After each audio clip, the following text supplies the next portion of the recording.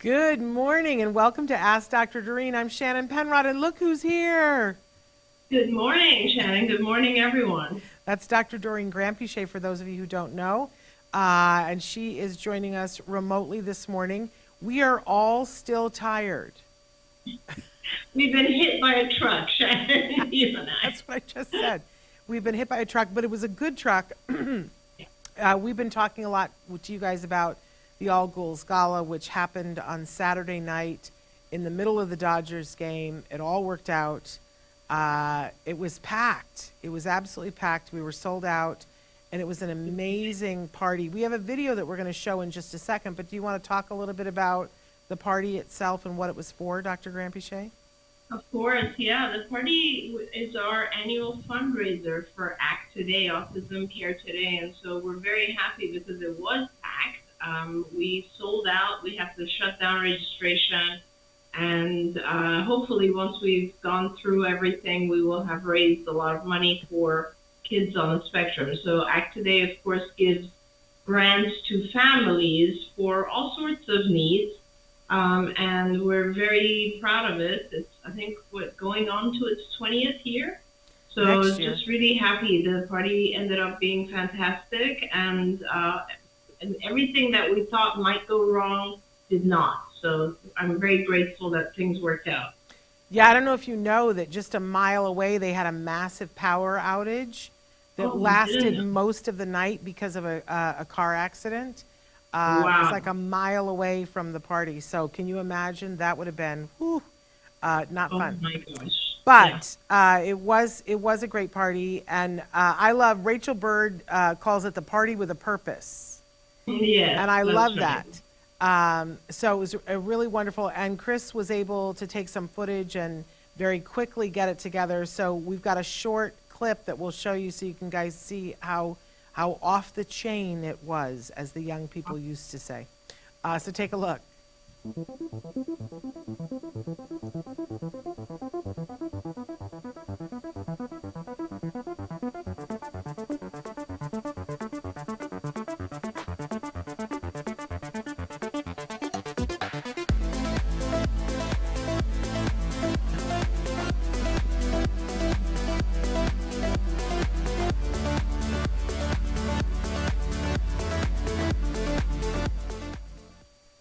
There it is.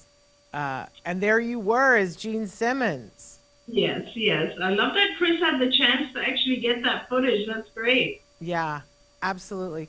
And one of my favorite, we're starting to get the pictures, one of my favorite pictures, that one photographer had come up to me and said, I need a picture with Dr. Granpeesheh and I need you to help me set it up. And we needed you to come to the stage anyway. And it was so loud, and I said, no, he needs you to stand right here. And as soon as you got it, you posed for it, but you're with your cape. He said, I need her here with the whole party behind her, and it's my favorite picture of the event. It's wonderful. Thank you. I'm also glad you found me when Joe Mantegna came so I could go back to the entrance. That was great. I was so rude, and you forgave me for it, but I just... No, not at all. It was perfect. I came up and I was like, we need you. Perfect. Too fun.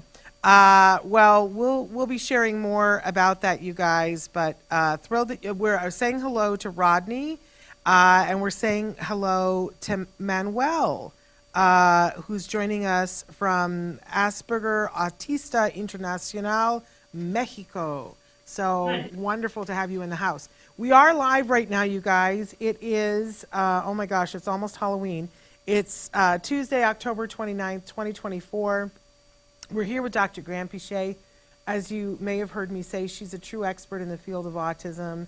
And I just love her on so many different levels. But one of the things that I love the most about her is her ability, first of all, to see around corners. She sees things coming before anybody else does. But I also love the way she does perspective taking for everybody, including individuals on the spectrum and the people who love them. And that is a wonderful thing that we all get to benefit from, and I certainly have benefited from. Hi, Kylie. So thrilled that you're here. We're going to get to, we got a bunch of questions that have been written in. We're going to get to a bunch of those in just a second. Want to remind you guys that you can be writing in questions. Because we're live, you can join us on Facebook, YouTube, or Twitter. Write in your question in real time, or just say hi, like Manuel and Rodney and Kylie have, and wave to us. We love to interact live with you guys. We are also available as a podcast, and that is the Ask Dr. Doreen podcast. Make sure that you subscribe to that. You can also find it on all the different podcast platforms that Chris Desmond is showing you, our fabulous Chris Desmond.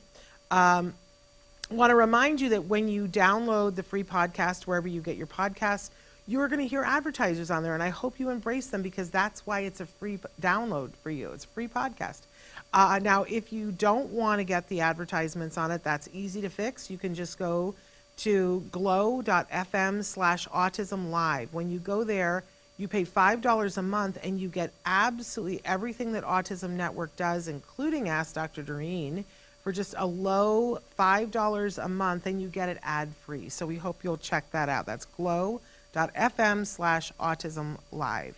Okay, so our topic today was bedtime challenges, but we've had so many questions written in about so many things. We might get to bedtime challenges, and you guys can write in about whatever you'd like.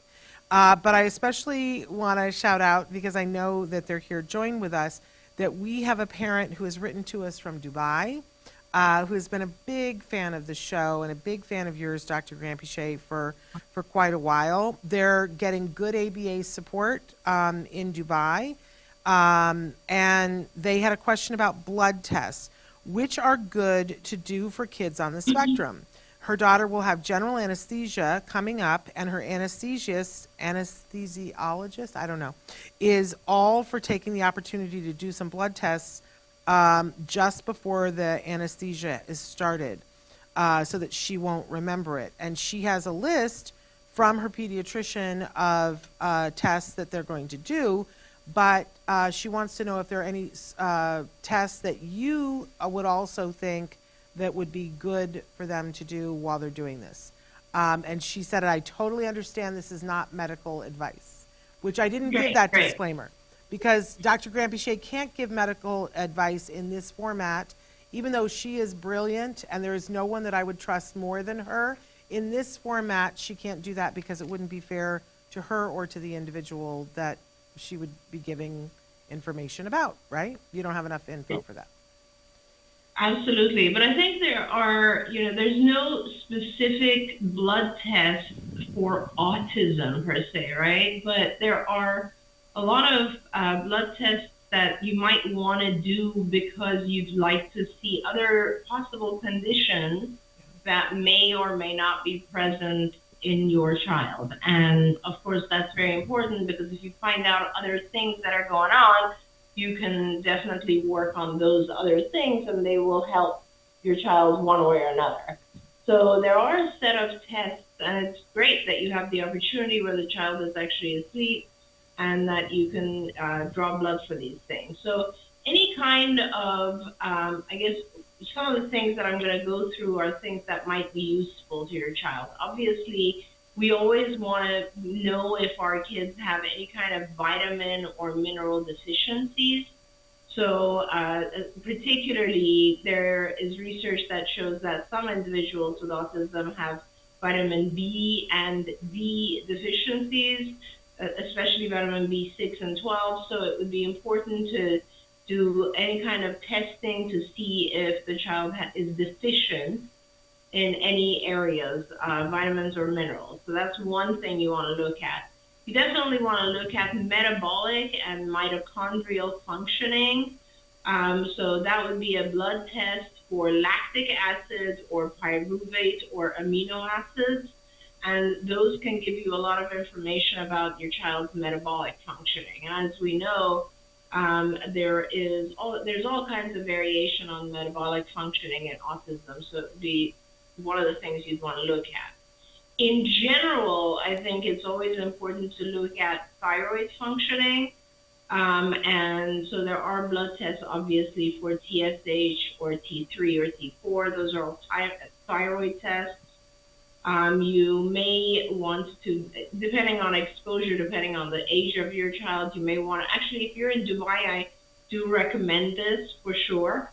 look at lead and heavy metal testing because there is a lot of toxicity in the Gulf.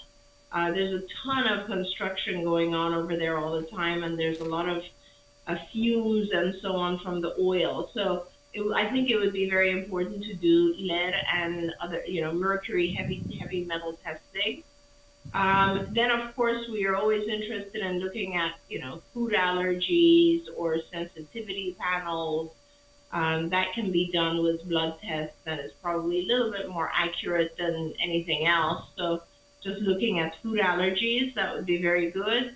I had mentioned the metabolic functioning tests, and they can even do a comprehensive metabolic panel, a CMP, which will give them a lot of information also about your child's liver functioning, kidney functioning, how they're basically getting rid of toxins as a whole.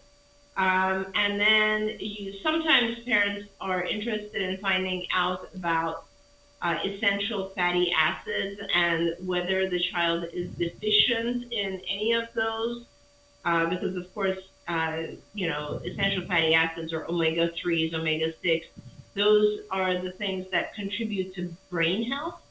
So it might be important to take a look there. And then last but not least, very, very important are inflammatory markers. As we know, a lot of individuals with autism, a lot of people in general these days have very high inflammation.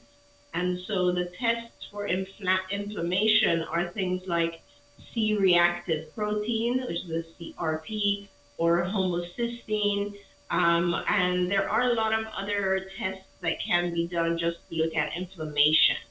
And then, of course, if you're interested, it's not necessary, but if you're interested, you could also do some genetic testing at this point to find out what the family history is. So that's a pretty extensive list, but since your child's going to be out, why not take advantage of the situation? Absolutely. And then in terms of, I feel like sometimes we ask as parents for these tests, and sometimes you got a doctor who's like, sure, yeah, absolutely, but they don't always know or tell us what the results of them. I love that Yes. now it tends to be that you get a report, but I find that, at least in my healthcare, there's not a lot of discussion about it. Who do you recommend to interpret these for us? You have to talk to the doctor who's run the tests, obviously. But nowadays, when you get the test results, there's always a column, I guess, that shows the normal range, right? So within each type of test, you can basically see the normal range for your child's age and weight, and then you should be able to see if your child is above or below that normal range, and then you have to talk to the doctor who ran the test. Okay. Well, wonderful. I hope that answers all the questions that that parent had. And if you have more questions, write in. We're here. We're just at the beginning of the hour. I've got a bunch of questions that we were waiting for, and I have to read this to you because it's so adorable. The person said, I have a few questions for Dr. Doreen. I feel like once you start listening to her, you can't stop. I know exactly what she means. She is such a treasure trove of insights and comfort, and I'm hopeful she would be willing to answer these additional questions. And they're based out of Singapore, so they watch a little bit later on. Okay, they said we're confused. I'm going to start with those, and we'll take live questions too, because there are like 6 questions here. We are so confused about the GFCF diet and IgG food sensitivities. My son has about 15 plus foods he is sensitive to, including gluten and dairy, according to his IgG test reports. But I'm not sure we've seen a difference when we tried to cut them out of his diet. He's gone GFCF a few times. We always failed and then attempted to retry. I don't mean to laugh. I'm just sending you a hug because it's hard for all of us, right? And I can't say I saw any stark differences. We were GFCF for nearly 3 months at one point. Is there any testing I can do to understand if being GFCF will actually help him? Also, what changes can I expect to see by having him avoid gluten, dairy, and other foods he is sensitive to? It's a great question. Yeah, it is a great question. I think the main thing is that you are not staying on it long enough. I would recommend that if you are, I guess, skeptical or would like to know more for sure, that I would separate it. I would take your child off of casein and wait a couple of months, see if you see any kind of change in your child's behavior. Usually, you'll see a little bit more with these types of allergies. You'll see a little bit more kind of, I guess, awakeness, awareness, attention increases generally. A lot of parents tell me they see increases in language or spontaneous language. And then with the gluten is harder than casein. It takes longer. It's just harder to avoid gluten. It's important that you avoid all forms of gluten and that you wait a little bit longer. In general, you'll see the effect in 3 months. That's an average. So I would really stay a little bit longer, maybe 6 months at that point. It's likely you won't necessarily see the difference on an IgG. You might see it on an IgA, but I wouldn't be looking at those types of tests for a result. I would really, the best, they used to, one of the doctors that I knew used to tell me that the best way to test and see if your child is reactive to these things is to take them off, let's say the gluten for 3, 4, 5 months, and then reintroduce gluten and see if they see a change in behavior. And I think a lot of parents do that, and that is what helps them identify a difference. Now remember, sometimes our kids can't tell us. Like you might not see a change in brain activity or language, but your child might be less bloated. They might have more comfort when they're, like less pain. And sometimes it's hard for our kids to tell us those things. So, be aware of all of that. Look, some of the things that change, obviously gluten is not necessarily good for anyone. A lot of people can't digest gluten. It's not just on the autism spectrum. So those are some things you might want to watch out for. Yeah, I have to say, food is so important to all of us. Yes. And so I'm kind of laughing at all of us, myself included, because there are things that I know right now that I should not be eating in my diet that don't add up to me feeling well, but I'm like, oh, is it that bad? Like Yeah. I think Yeah. rice and I need to break up permanently, but I love rice. You know what I'm saying? And I know that it is so catastrophic when I eat wheat that I don't eat wheat anymore. But the rice is just, it's like, oh, I'm really miserable. And so I make do and I plod along. But I will tell It's you, tolerable. Yeah. well, I mean, it really isn't. But I tell myself that it is because I want the rice. And Yeah.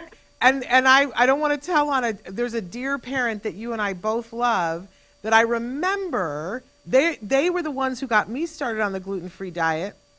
And then years later, they were saying about, well, we stopped doing the gluten-free diet. And that was one part of the conversation. Then another part of the conversation, they were talking about, and we're seeing all these behaviors, and we just don't know where they came from. And I said, do you think it could be coming from the gluten? And they were like, no, it's not coming from the gluten. And I think we're all a little guilty of that kind of denial. So I just want to say that I want to reiterate what Dr. Granpeesheh said. You really got to give it the college try, and it has to be pristine for several months.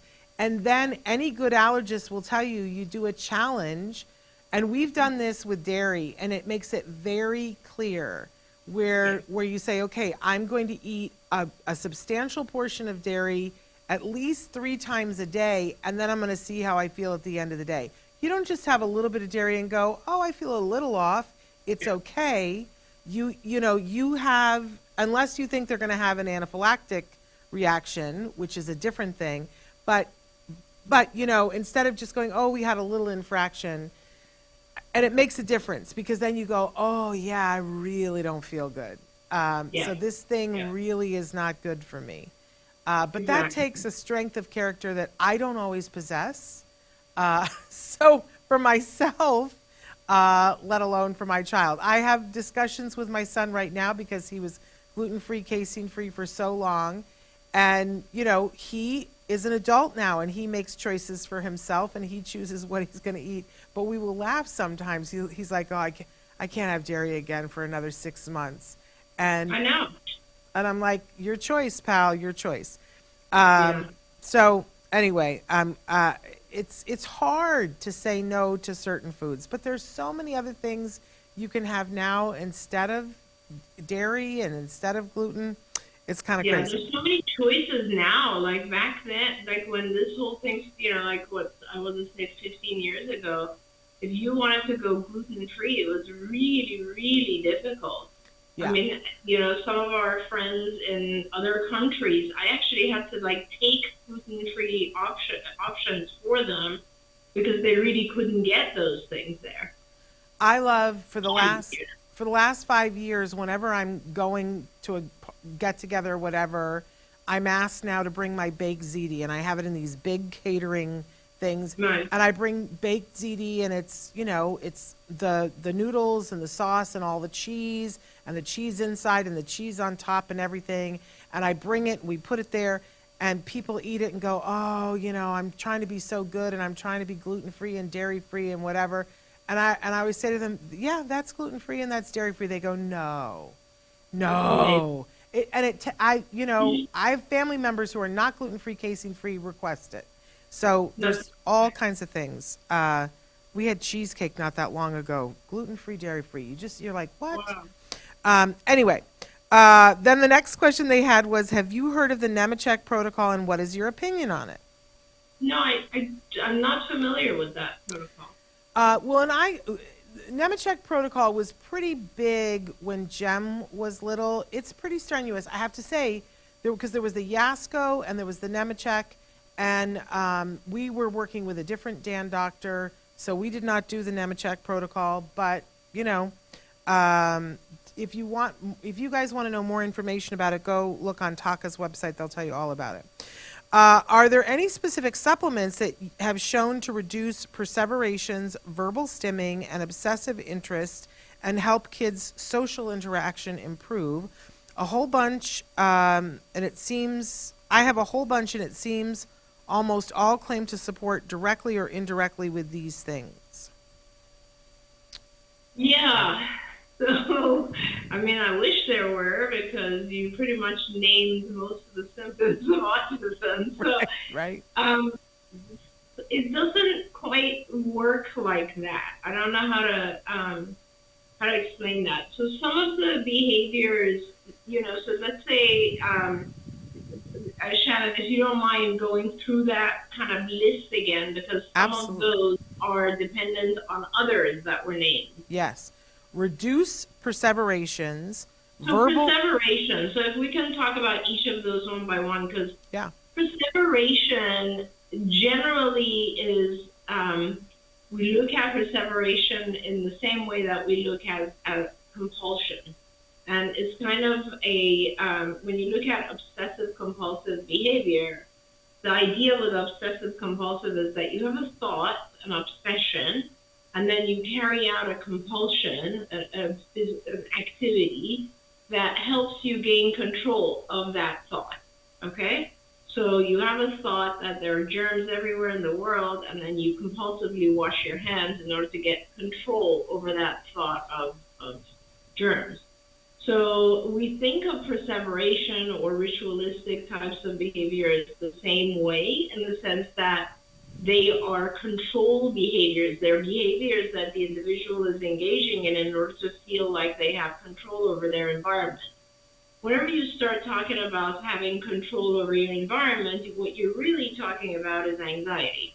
What you're really talking about is this individual struggles with the thought of not having control and, everything falling apart. So they have anxiety about that. Now, are there supplements that can specifically help that anxious feeling? Sure, you can look at things like St. John's wort. That's similar. That is supposed to be stimulating your production of serotonin. Basically, anxiety is very tied to the neurotransmitter serotonin. So any supplement that's going to help increase serotonin will help with anxiety. It could also make you a little sleepy, but those are things that you can try. There's other supplements as well, but you're not really working on the, ritualistic behavior. You're working on the underlying thing, which is the anxiety. That's what I was trying to say. So what were some of the other instances? Next was verbal stimming. Yeah, so you have to ask yourself, why does someone have verbal stimming? And verbal stimming comes in lots of different forms. The most common stimming, standing for all of our viewers, stimming being self-stimulatory behavior. So verbal self-stimulatory behavior, the most common is a child who repeats a sound over and over. Like, for example, the child might say "e" or something like that repeatedly. On the other spectrum of self-stimulatory behavior, it could also be a child who repeats things they've heard, let's say in a TV show. So they're verbalizing exactly what they've heard. In my opinion, so nobody really knows why self-stimulatory or verbal stimming occurs. In my opinion, those are very different functions. When a child is repeating a sound, I think it has an actual stimulatory function. In other words, the child is somehow engaging themselves, like keeping themselves active or activated by repeating that sound. And you can often see those sounds occurring when the child's very excited about something, not when they're lethargic, but when they're already in an active mode.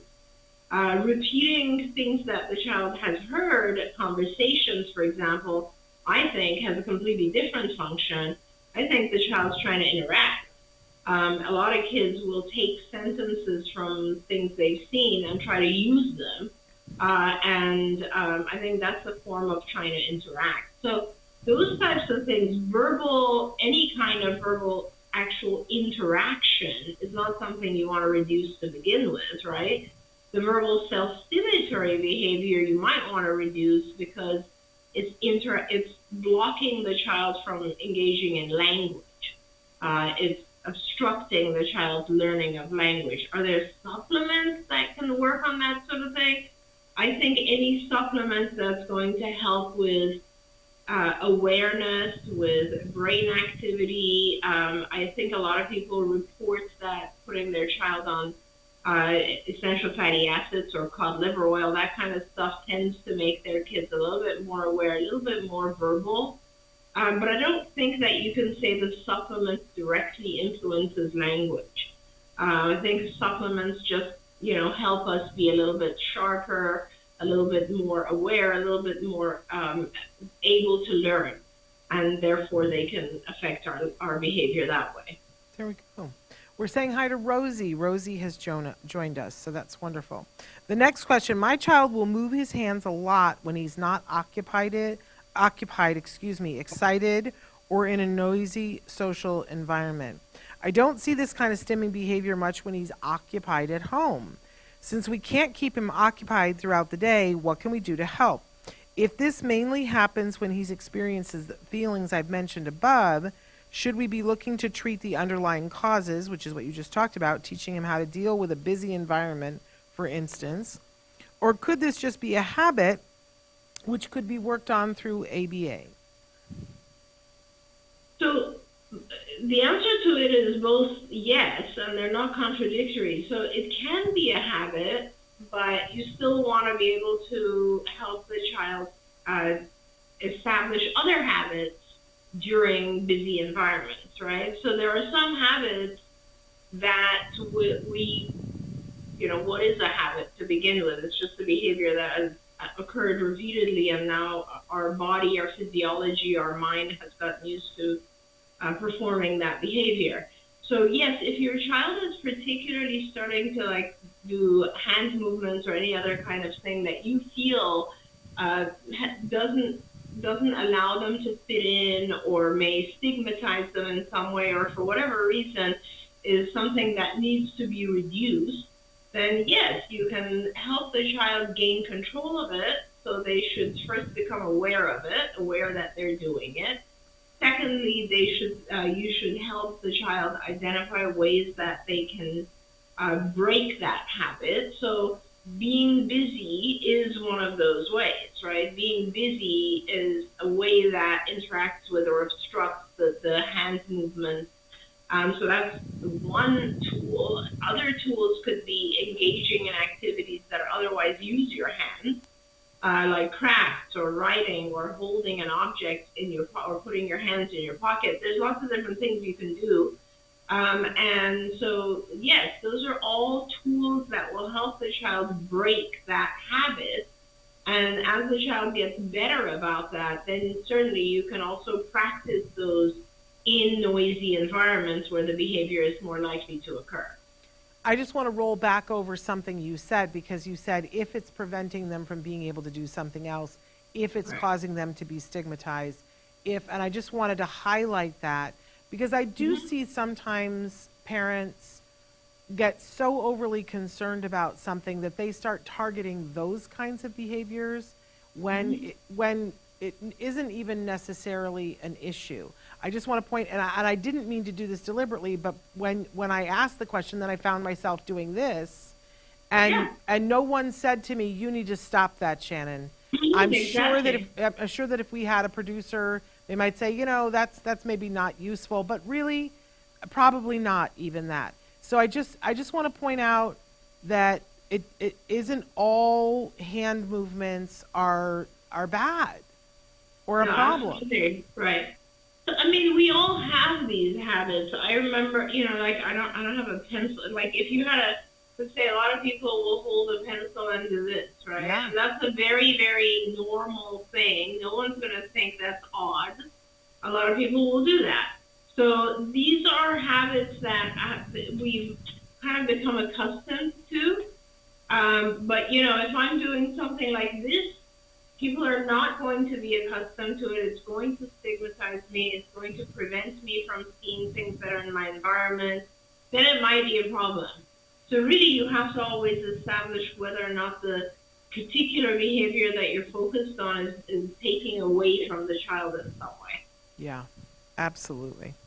Okay, and then the last one of those questions, I always thought that once language improved, my child would start socializing.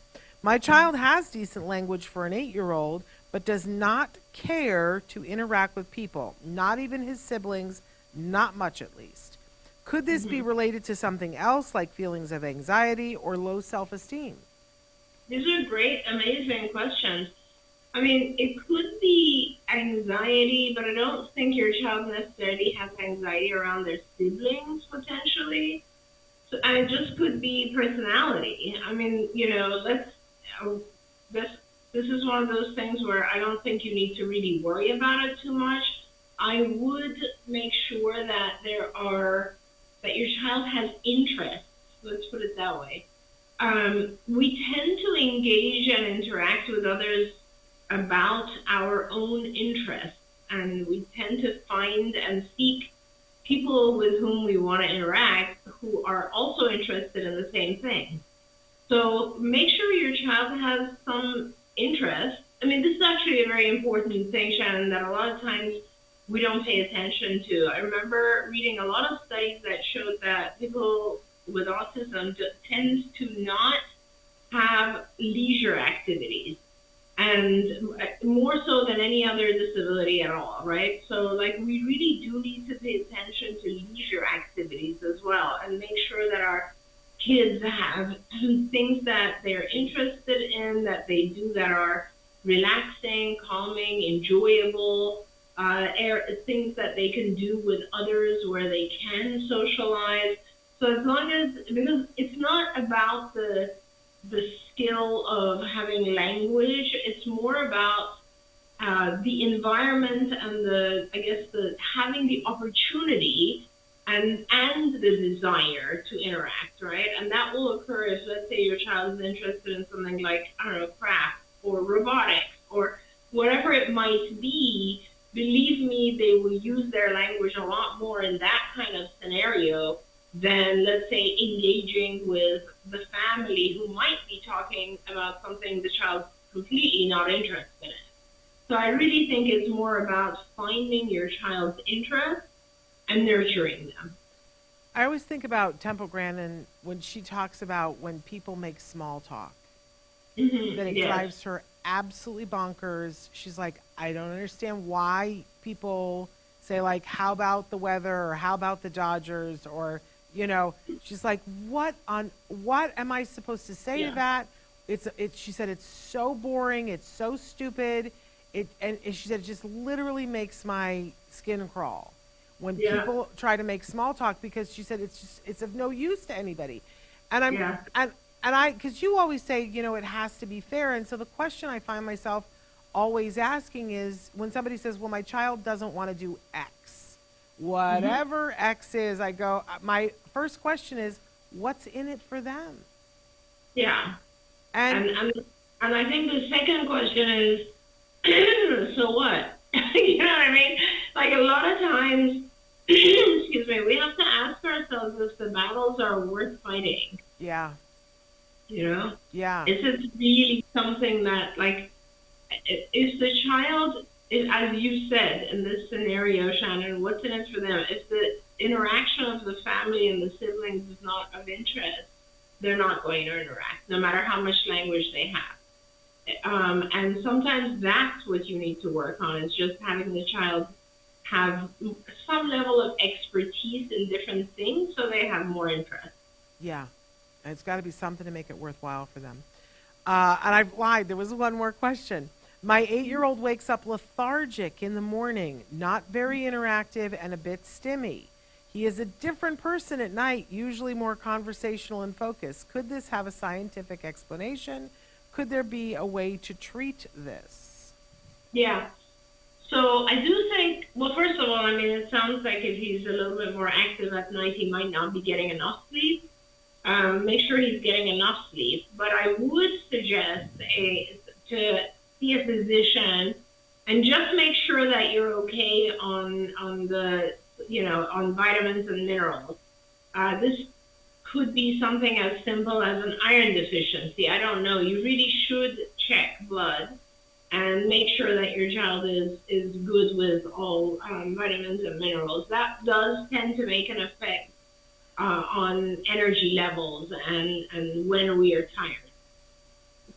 I, okay, I have a question about this because is it possible that there's a genetic component for this? Because, listen, I remember my dad loved to stay up all night and read, but he Hmm. worked. He had to be up at 7 o'clock in the morning, but it was, a battle he fought his whole life. And I was a night owl. Once I became a parent, that had to go out the window because my child wasn't going to sleep until 10 in the Yeah. morning. But I see this in my child now, too, that, and I don't know, it could just be the age, Dr. Granpeesheh, but, he would rather stay up till 3 o'clock in the morning and sleep most of the day, right? Yeah. And I think that's Yeah. typical from teen through early 20s. But I always look at that, too, and go, is that genetic? Is that, like, can you have in your Yeah. bloodstream that you're supposed to be a night owl? Honestly, I don't know whether anyone has identified the genes for sleep pattern. Maybe they have. But I will tell you that there's and so many different factors that affect our sleep patterns. Yeah. I mean, to begin with, I'll just give you a couple of examples. To begin with, people have different abilities to shut down their minds, right? Their thinking. Some people are very, very good at just shutting that down and immediately going to sleep. Yeah. Others take a long time to wind down and Yeah. sometimes never wind down. So that's one. A whole nother thing is just the concept of missing out. So there are a lot of people who actually don't want to sleep because during the course of the day they're so busy doing other things or whatever, and they don't want to miss out on what they can do if they stay awake, like reading a book. So that is a whole different set of reasons. Another thing to remember is that our bodies have an internal clock, and they very quickly. This is similar to food aversion. Sleep pattern is something that very quickly changes. So That's why we have a hard time with jet lag, for example. When your time zone changes, your body very quickly turns into a mess because you're stuck on a previous time. And then once you adjust to the new time, now you're stuck on that time. And so for teenagers, a lot of times what they do is they know that if they're going to get up in the morning, they're going to have a million responsibilities, and they start to avoid those things. And so their body starts to get used to a pattern of sleeping late in the morning, sleeping late at night and sleeping through the morning. And that's okay as long as they don't have other responsibilities. And so it's like what I'm saying is all of these different factors interact, right? So with sleep pattern, it's super, super hard to tell what is exactly going on. That's why we all put ourselves on some form of schedule, right? I must sleep at a certain time. I must shut it down at a certain. We can't have freedom when it comes to that because we all have to kind of stay on a schedule of the world. Everything opens up at 9 a.m. You have to be there. You have to be at work and so on. Of course, we've talked about it before. I am just thanking everything above for Matthew McConaughey on the Calm app. If you haven't tried the McConaughey thing, you got to try it because that puts me right to sleep. I went to sleep to that last night. And it's funny because the topic was supposed to be bedtime issues, and we're just now getting to bedtime issues. So, want to talk a little bit about this in terms of one of the biggest things that I hear parents saying is that bedtime is a battle, that they just can't figure out. Like, Yeah. and they're like, I've read everything, I've watched everything, but I can't figure out how I can get my child in bed and to stay in bed without it being a battle. And I had one mom who said to me recently, she said, I think it's a magic trick that everyone else has figured out and I don't have it figured out. And she said, and maybe it's something broken in me or maybe it's something broken in my child. And I felt so bad for her and I assured her, I said, no, no, no, no, no. Like, I think Yeah. most people go through some version of this, but it's not the same for every child. But you have some good advice for this, Dr. Granpeesheh, because you've shared it before. Yeah, of course. But I think it's important, Shannon, to to identify the specific time frame when it comes to putting our children to sleep. It's one thing to have an issue with the early part of the night, so getting your child to their bed.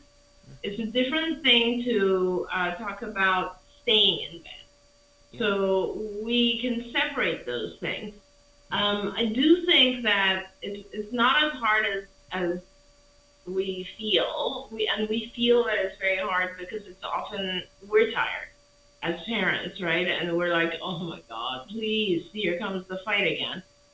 So I think that to begin with, there are a number of things that you can do. One is, start everything a little bit earlier. So, for example, make sure that dinner is not late because the later we eat, the more we're digesting, and that can interact with sleep, obviously. So if you're eating around 6 or 6:30, that might be good. Don't give your child a whole ton of liquids because their urgency to go to the bathroom might interact with this. So, just some antecedents, like things that you can control. Then I would really want to make sure the environment is conducive to sleep. So you want to make sure your child really likes their own room. There's nothing at all aversive about their room. There's nothing, scary or anxiety provoking about where they're going to sleep. They have a comfortable bed, obviously. The temperature matters. Some children run hot, others cold. Test that. Sounds. Remember that our kids are much more sensitive to sounds, and so you want to make sure that, let's say, the sprinkler system is not going off outside your child's room.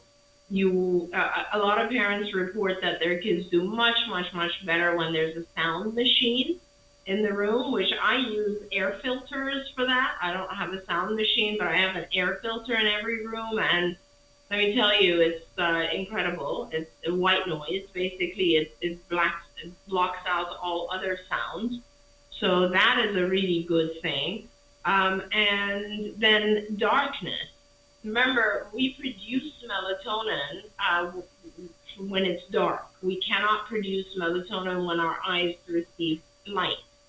So make sure that your child's room is dark enough because you want your child to produce melatonin. And then begin a routine. And again, you're only focused on the early part of the night right now, right? So the rest of the night can fail, but you want to succeed at the early part of the night with all these things that I'm telling you right now. So establish a routine. A lot of times when our kids are younger, we give them a bath. That does really help kids calm down. A lot of parents tell me that if the child takes an Epsom salt bath, it really helps them mellow out and calm down. And then, of course, reading a book or doing some sort of calm activity. Nowadays, as Shannon said, with all the technology that's available to us, my goodness, there's so many amazing things. Our children also really, really benefit from these types of, calm apps or apps that are on our phone that allow them to listen to a story, or just, because they're done in a very calm voice or a very soothing voice. So those types of things, I got to tell you, Shannon, you know how chaotic it was the last couple of weeks. Yeah. People setting up for this All Ghouls Gala. And I sometimes just couldn't sleep. And I stole my husband's headphones, the noise canceling headphones. And I was like, oh my God, they just put you in a completely different world in terms of sleep, right? Because they block out all sounds, and there is just so incredibly effective to have a like a calming story or a meditation or an app, or for kids obviously it'll be more like a story, and no background noise. And that's me. Just imagine for a child who has sensitive hearing, how much the background noise is going to affect them. So these are some of the ideas about how to make it a positive experience the early part of the night, going to bed. Yeah. And, you might need to do all this stuff and then stay with your child for a period of time if they're still not able to calm down or sleep. Right. Dealing with staying in bed is a whole different project, right? That has to do with you gradually shaping yourself out of the picture, in the sense that you're fading yourself out of the picture, in the sense that first you're there for comfort and whatever else your child needs, but then you are gradually teaching your child that it's okay for them to stay in bed even though you're not there. And that is a little bit different than the early part of the night. Well, so important that you're bringing this up. So for people who are like, okay, well, but that's where I'm at. I've done all the things to get them in bed, but I put them in bed and I walk away, and 2 minutes later the child's out of bed. Right. So when you say shaping yourself out of the picture, can you? That means you gradually will remove yourself from the environment. And there's so many. I mean, depending on the child, there's going to be different ways of doing this. The most, I guess, even for the most difficult cases, what we've done is you will put don't have your child in your room. First of all, let's get used to that. That's very important. Once the child is in your room, your bed, things just become a little bit more difficult. So if you're there already, if your child is in your bed, in your room, let's start right off the bat with you going to your child's room. You put your child in their bed. You can put a cot or a rollaway bed right next to your child's bed, so you're sleeping pretty much right next to them. You can even put your arm on them if you need to, and start getting used to that.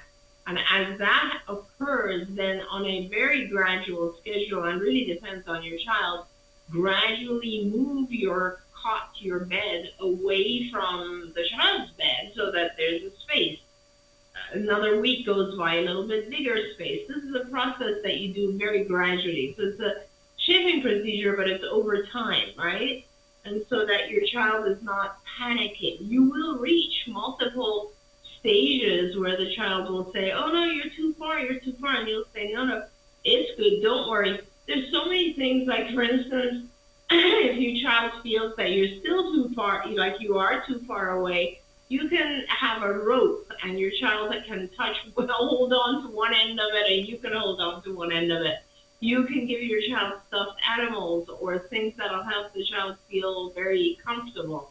And you're still in the room, but you are gradually distancing yourself. And let me tell you, this will take a little bit of time, Yeah. but you have to allow your child enough time to realize, for the child to realize everything's okay as you separate, right?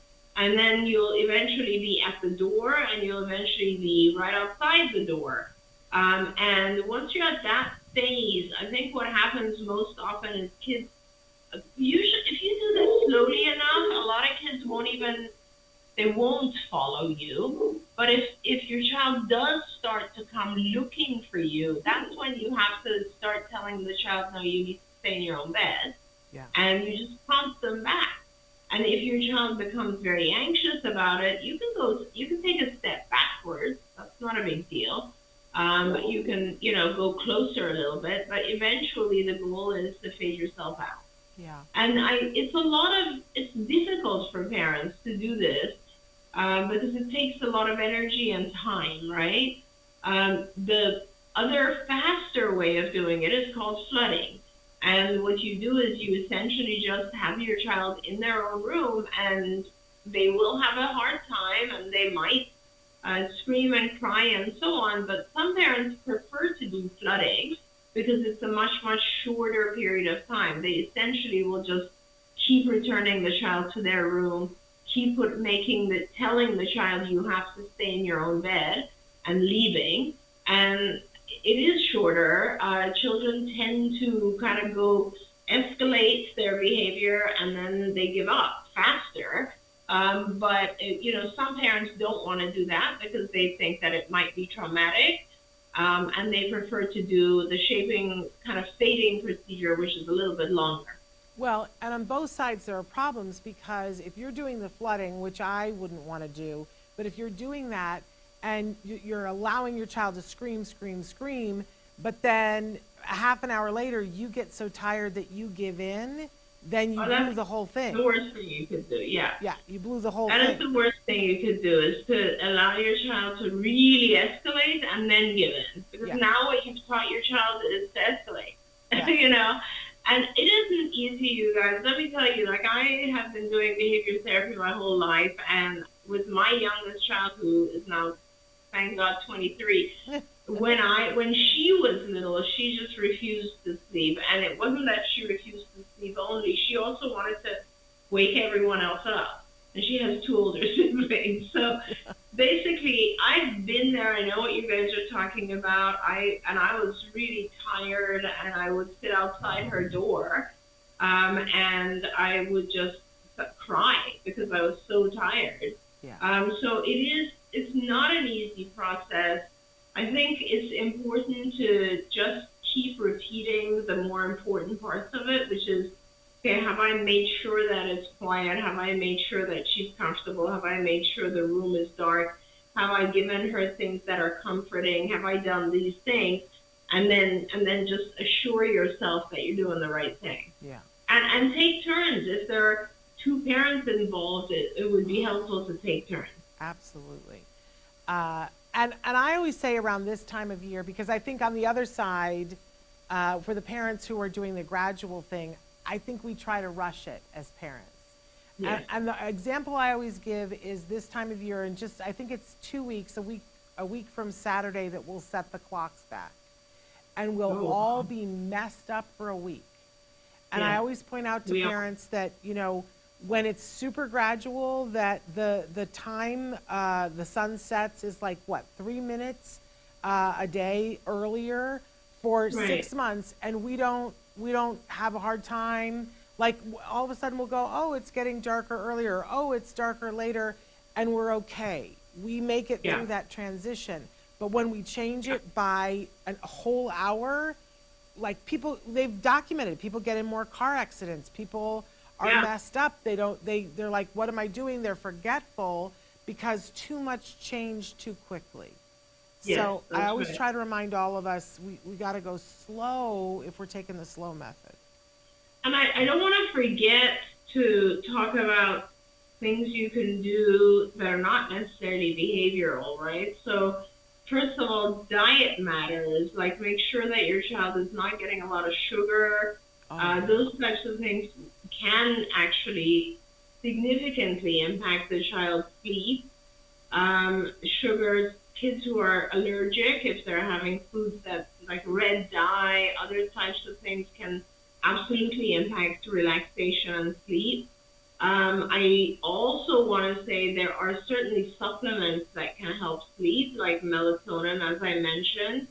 And if your child is still having a lot of issues, I do want to say that there are you know, if you've tried everything and your child is still having a very erratic pattern of sleep, it is worth getting a sleep EEG to make sure that the child's not having subclinical seizures, that something else is not happening that's waking your child up at night.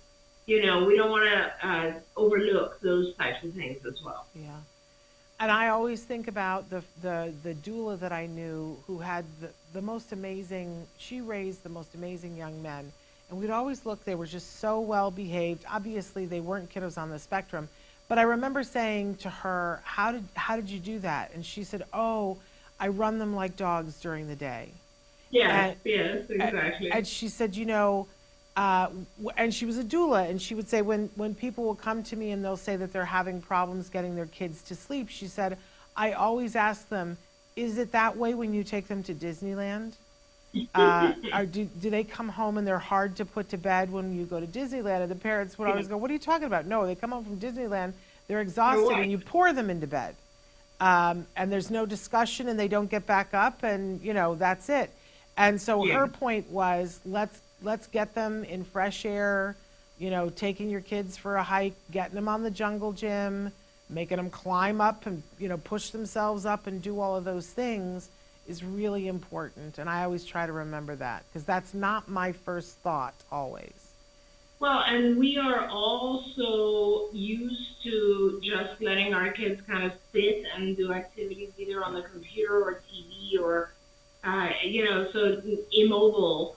And honestly, before we had all this technology, if you wanted to do something, you were running around with your friends or your siblings, right? So there's a lot more physical activity. So any kind of physical activity is going to help this.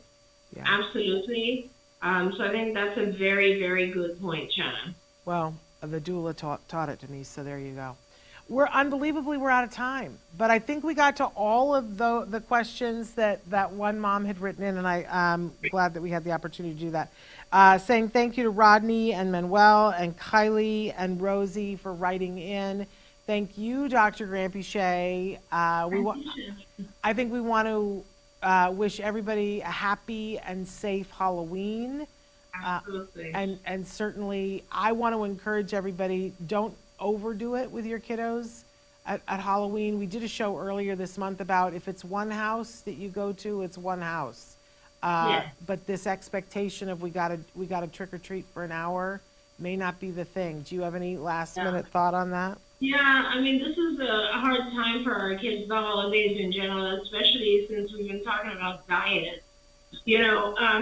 Most of us do have close neighborhoods. If we're going trick-or-treating, you might even want to go ahead of time and give them some, sugar-free or gluten-free, casein-free treats that your child is allowed to have so that they can enjoy trick-or-treating that way as well. Yeah. Fruits, etc., are always great. And start new types of, I guess, routines so that it doesn't all become about the chocolate and the candy. Yeah. But have fun and remember, I do want to, not to put a damper on it, but just be careful. Some of our kids are become kind of afraid during Halloween because there's an element of spookiness to this holiday. So be careful about that, and I hope that everyone has a wonderful, wonderful time and take it easy. Use this time to relax and have fun with your kids. Wonderful. And tomorrow, just a programming note on Autism Live, we have Judy Ursetti from Autism and Entertainment.